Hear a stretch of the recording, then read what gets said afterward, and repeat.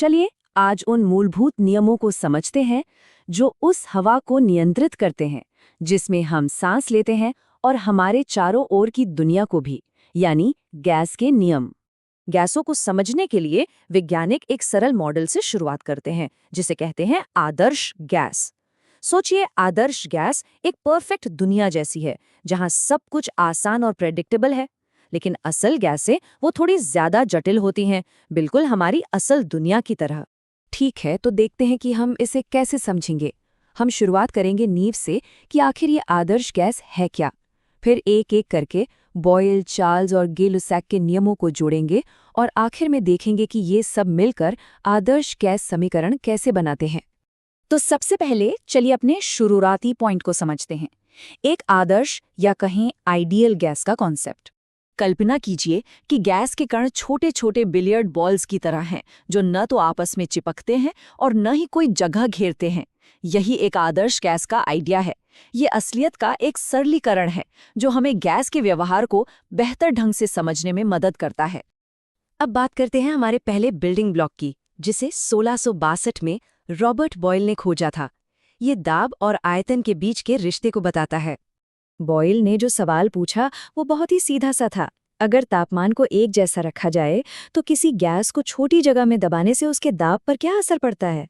उन्होंने पाया कि इन दोनों के बीच एक उल्टा रिश्ता है। मतलब जैसे ही आप आयतन कम करते हैं, दाब बढ़ जाता है, और अगर आयतन बढ़ाते हैं तो दाब कम हो जाता है। ये बिल्कुल एक सिरिंज के प्लंजर को दबाने जैसा है। आप जितनी जगह कम करेंगे, अंदर उतना ही ज्यादा दबाव महसूस होगा। और ये तस्वीर बिल्कुल यही दिखाती है। कणों को घूमने के लिए जितनी कम जगह मिलेगी, वो कंटेनर की दीवारों से उतनी ही ज्यादा बार टकराएंगे, और इसी टकराव को हम ज्यादा दाब के रूप में मापते हैं। चलिए अब इसी आइडिया को एक गुब्बारे के उदाहरण से परखते हैं। जरा सोचिए, बॉयल के नियम का इस्तेमाल करके ये कैसे पता लगाया जा सकता है कि गुब्बारा फटने से ठीक पहले कितना बड़ा हो सकता है। तो अब तक हमने दाब और आयतन की बात की। अब देखते हैं कि जब हम इस समीकरण में तापमान को भी शामिल करते हैं तो क्या होता है। जैक्स चार्ल्स ने पाया कि अगर किसी गैस को गर्म किया जाए तो वो फैलती है, और अगर उसे ठंडा किया जाए तो वो सिकुड़ती है। मतलब गर्मी गैस को फैलने पर मजबूर करती है और ठंड उसे सिकोड़ देती है। एक सीधा और सरल रिश्ता है। अब इस ग्राफ में जो सबसे कमाल की बात है वो ये है कि अगर इस लाइन को पीछे की ओर खींचते जाएं तो ये एक ऐसे तापमान की ओर इशारा करती है जहां गैस का आयतन शून्य हो जाएगा। इसी को कहते हैं परम शून्य या एब्सोल्यूट जीरो। ये वो सबसे ठंडा तापमान है जो मुमकिन है, जहां सब कुछ जम जाता है। गे-लुसैक का नियम समझिए, इसी सिक्के का दूसरा पहलू है।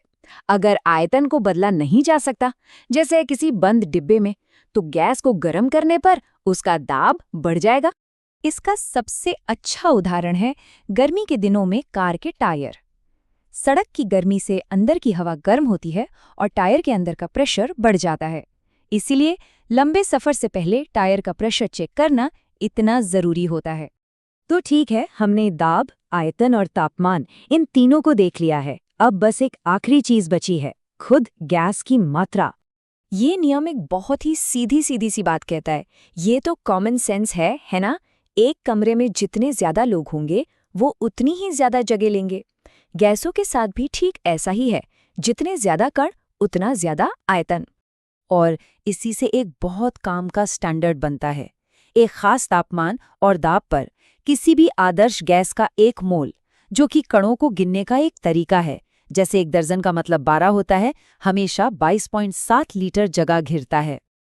अब हमारे पास सारे बिल्डिंग ब्लॉक्स हैं, तो अब वक्त है इन सबको जोड़कर एक शक्तिशाली मास्टर समीकरण बनाने का। तो हमने अब तक क्या सीखा कि आयतन का दाब से उल्टा, तापमान से सीधा और गैस की मात्रा से भी सीधा संबंध होता है। तो जब हम इन सभी अलग अलग टुकड़ों को दाब, तापमान और मात्रा एक साथ मिलाते हैं तो हमें कुछ बहुत ही पावरफुल मिलता है।